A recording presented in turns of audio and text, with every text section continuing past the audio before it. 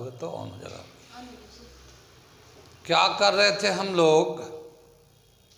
वही जो करते कहते और सुनते चले आ रहे हैं कि जब वक्त होता है तो एहसास नहीं होता, और जब एहसास होता है तो वक्त नहीं होता। मैं साबिर अलीग और आप देख रहे हैं ILCC अलीग क्लासेस, जो अलीगढ़ बेस्ड नीट JEE का रेजिडेंशियल कोचिंग क्लास है। इसके अलावा AMU, जामिया, BHU और दूसरे यूनिवर्सिटी के इंट्रेंस टेस्ट की भी तैयारी कराते हैं। जो लोग इंटरेस्टेड हो लाइक करें, शेयर करें, सब्सक्राइब करेंगे मेरे चैनल को, और कोई जानकारी करना हो तो मैसेज करें। ठीक है, हम लोग करने जा रहे हैं physics class 11 motion in a plane, chapter का नाम है। ठीक है, तो मोशन इन अ प्लेन उसे शुरू कर रहे हैं। प्लेन तो जानते हैं हम लोगों ने किया था motion in a straight line, motion in a straight line. और अब देखते हैं प्लेन, कोई बॉडी अगर प्लेन में मूव करता है तो क्या क्या रिलेशन है, क्या फॉर्मूले है, कैसा कंसेप्ट है, वो हम लोग करने जा रहे हैं। प्लेन क्या बोलते हैं? जैसे ही हम लोग कहते हैं, मान लो ये एक एक्स एक्सिस है, ठीक है ना, ये एक्स एक्सिस है ये, और इसे मान लेते हैं ये वाई एक्सिस है ये, ठीक है, और इसे मान लेते हैं हम लोग ये जेड एक्सिस है। ठीक, जैसे ये हमारा क्लासरूम है और इस कोने पे उसको ओरिजिन मान लेते हैं, उस कोने को वहाँ पे ओरिजिन मान लेते हैं, तो ये राइट हैंड साइड में जो लाइन जा रहा है इसको एक्स एक्सिस मान लिया। यो नीचे जो इधर की तरफ बोर्ड से होते हुए नीचे से जा रहा है इसके हम लोग ने वाई एक्सिस मान लिया, और ये जो ऊपर की तरफ जा रहा है ये जेड एक्सिस हो गया। तो ये तीन एक्सिस हम लोगों ने ऐसे रिप्रेजेंट किया, ये एक्स, ये वाई, ये जेड। कितनी बात सुनी?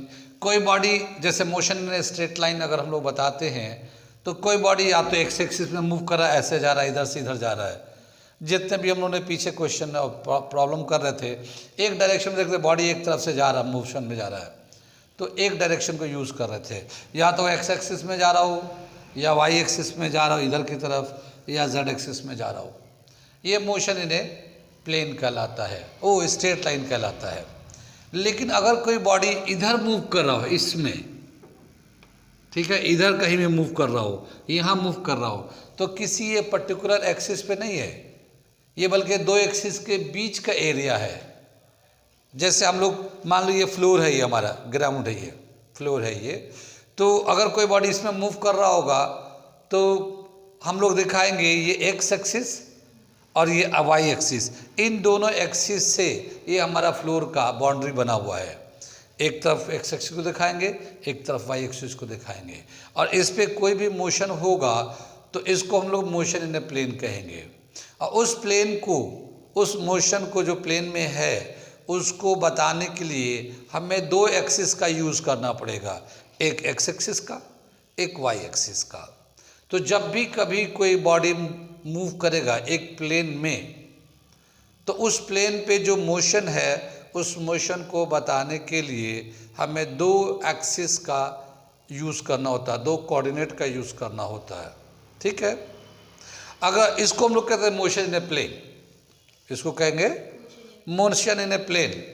अब जैसे ये वाला जो प्लेन जो हम ग्राउंड बता रहे हैं, इस प्लेन को कहते हैं एक्स वाई प्लेन। ठीक है, जैसे ये जो प्लेन है हमारा, ये एक्स वाई प्लेन है, क्योंकि इसमें ये एक तरफ से एक्स है, दूसरी तरफ से वाई है, एक्स वाई प्लेन हो गया। ये जैसे ये वॉल है हमारा, ठीक है, तो इस वॉल में दो बाउंड्री, एक तो एक्स एक्सिस का है, एक जेड एक्सिस का है, तो इसको हम लोग एक जेड प्लेन कहेंगे। ठीक है, एक जेड प्लेन हो गया। ये जो जिस पे हमारा ये बोर्ड लगा हुआ है, बोर्ड हैंग कर रहा है, ये एक तो वाई एक्सिस है, ये जेड एक्सिस है, तो ये वाई जेड प्लेन कहलाएगा, वाई जेड प्लेन। कितनी बात में? तो इस तरह से हम लोग प्लेन दिखा रहे हैं, हम लोग जो हमारा विजिबल है, इसके पीछे भी इसी तरह से प्लेन है। जैसे इस दीवार के, ये जो हमारा दीवार है, इसके पीछे भी ऐसे ही एरिया है और नीचे वाले एरिया को कहेंगे एक्स वाई प्लेन, लेकिन वो पीछे है। ठीक है, ऐसे हम लोगों ने ये एक्स जेड प्लेन इधर लिया था, ये एक्स है, ये जेड है। अगर हम लोग उस तरफ का दीवार लेंगे तो वो भी एक्स जेड प्लेन होगा, मगर वो माइनस में होगा। ठीक है, अब जैसे हम लोगों ने ये वाई जेड लिया है, ये जिस पे बोर्ड लटका हुआ है, उस जेड के उधर भी एक दीवार होगा है और उसको भी वाई जेड कहेंगे, लेकिन वो माइनस में दिखाएंगे। तो ऐसे होने को और भी बहुत सारे प्लेन हैं, मगर इस प्लेन को जो हमें दिख रहा है उसी को हम लोग इसको रिप्रेजेंट कर रहे हैं। अगर कोई बॉडी इसमें मूव कर रहा है, अगर किसी बॉडी का मोशन इधर की तरफ है, तो इस मोशन को, कोई बॉडी अगर मूव कर रहा है, इस मोशन को कहेंगे मोशन इन ए प्लेन। और इस ये प्लेन है एक्स वाई प्लेन, तो motion in a X Y plane ऐसे कहेंगे। ठीक है, so whenever body moves on a plane, it is called motion in a plane, and the boundary or the coordinate, the axis is used as xy, yz, zx। कौन से plane पे कोई body move कर रहा हमारा, उसको हम लोग उसके कोऑर्डिनेट या एक्सिस से बताते हैं। और मिनिमम जो है किसी भी कोई भी प्लेन पे होगा, वो दो कोऑर्डिनेट दो एक्सिस के बीच में होता है।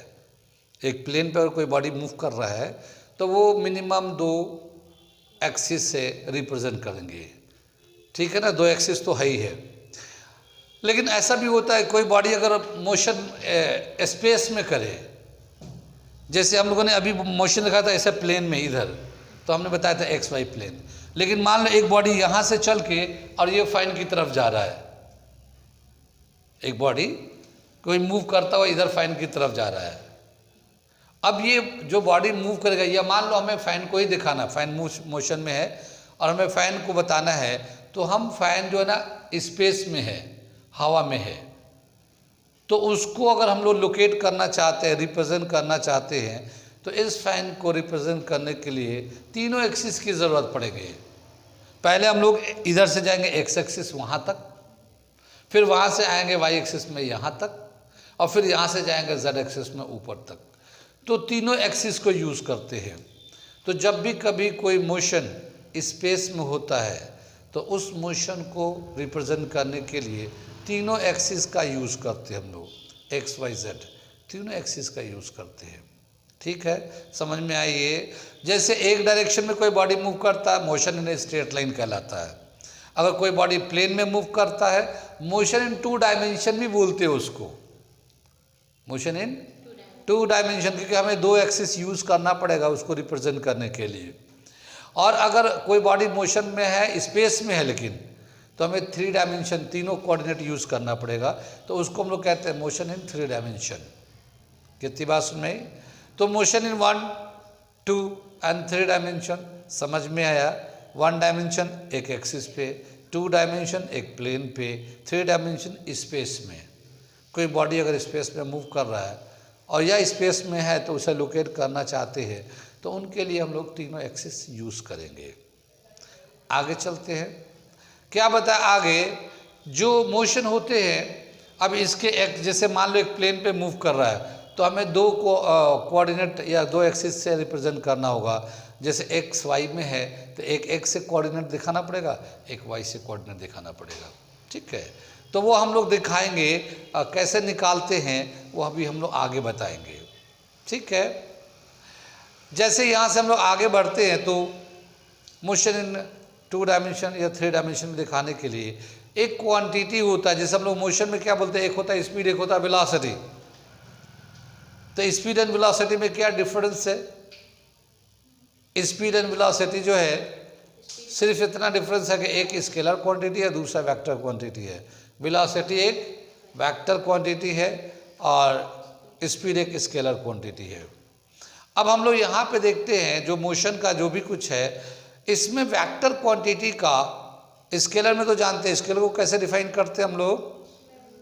ठीक है ना, the quantity which needs only magnitude to represent is called scalar quantity. ठीक है, तो मैं थोड़ा स्केलर वेक्टर का दिखाता हूँ, और एक टॉपिक है वेक्टर, उस वेक्टर को डिटेल में थोड़ा सा पढ़ते हैं, क्योंकि वेक्टर जो है बहुत ही इम्पॉर्टेंट है और कई सारी बातें हैं जब हम लोग पढ़ेंगे तो समझेंगे। तो हम डेफिनेशन लिखते हैं और डिफरेंशिएट करते हैं स्केलर एंड वेक्टर का। कुछ समझ में बात आ रही है? Scalar quantity,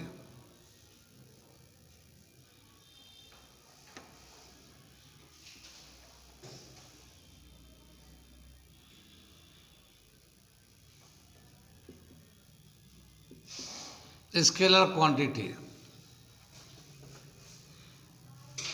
the quantity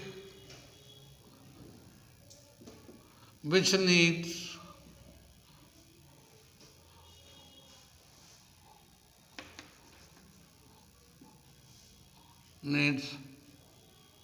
only magnitude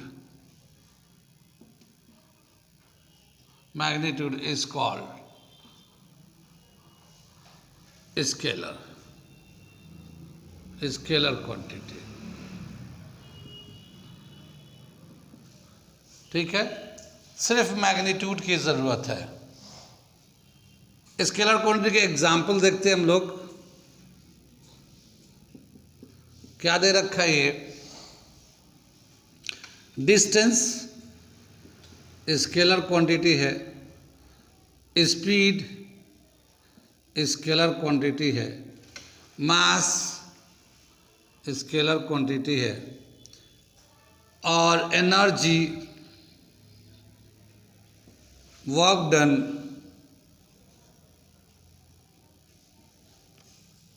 ठीक है।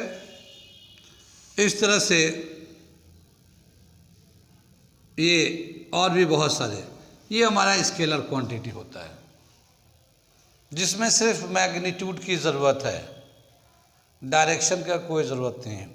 एक एग्जाम्पल ले लेते हैं स्केलर क्वांटिटी का।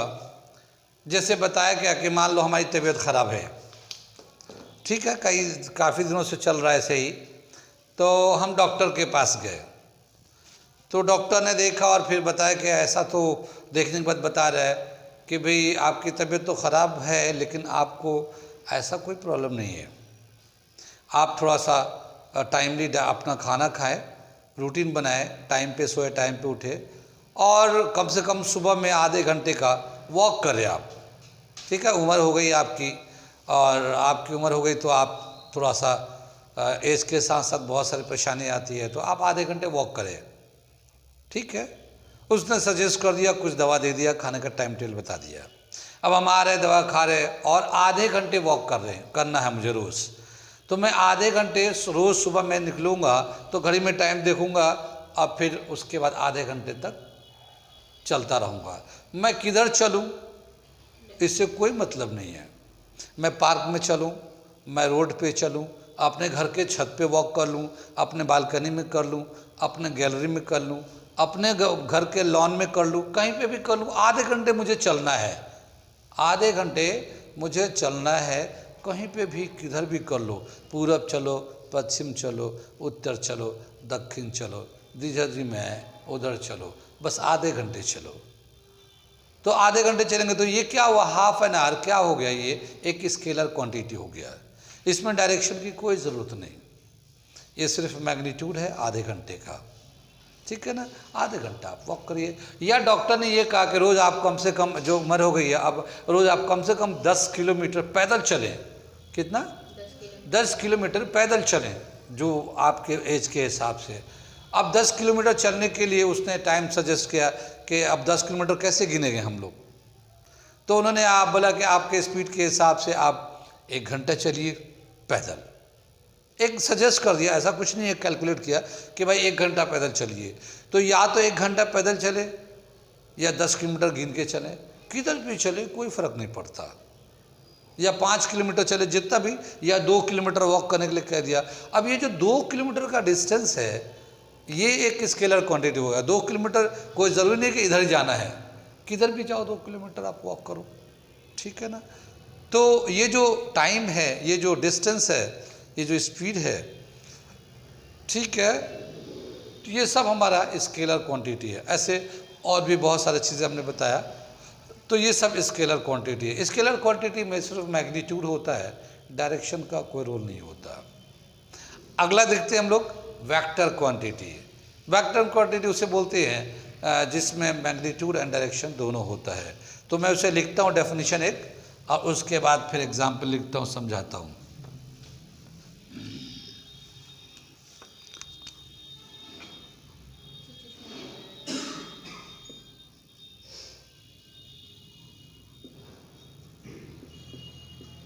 कुछ कह रहे हैं?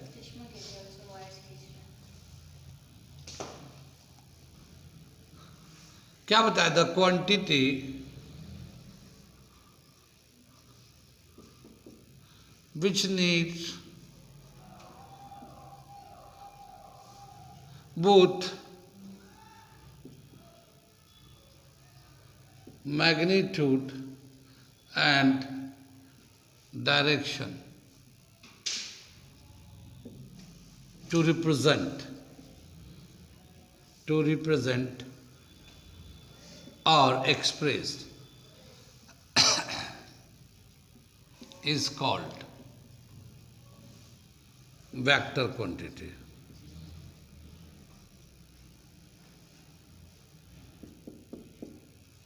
ठीक है ना?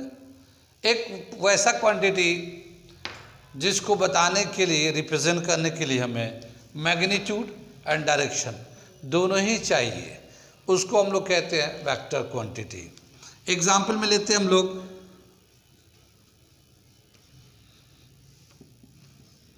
ठीक है, पहला दे रखा है डिस्प्लेसमेंट, वेलोसिटी, ठीक है, मोमेंटम, एक्सेलरेशन,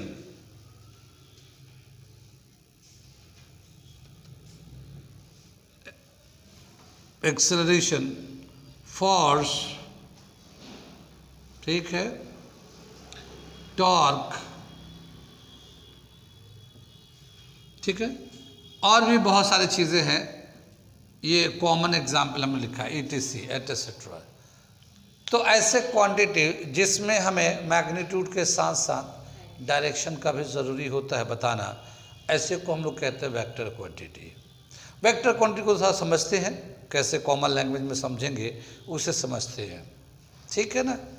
क्या बताया कि हम लोग जहाँ पे हैं ये मेडिकल रोड कहलाता है। हम लोग मेडिकल रोड पे इस गली में थोड़े से 1 मिनट वॉकिंग डिस्टेंस पे है, रोड से 1 मिनट अंदर आएंगे, ठीक है, और आगे चल के बाज़ार आता है दौलतपुर मार्केट, यही तो कहेंगे। फिर आगे चलेंगे तो बहुत सारी चीज़ें हैं। क्या बताया कि कल जो है ना सुबह में टेस्ट है, ठीक है, हमारे यहाँ एक मेहमान आया, उनके एक कैंडिडेट है, गर्ल्स कैंडिडेट है, और उनका जो टेस्ट सेंटर है वो है अब्दुल्ला में। टेस्ट सेंटर कहाँ पड़ा? अब्दुल्ला में।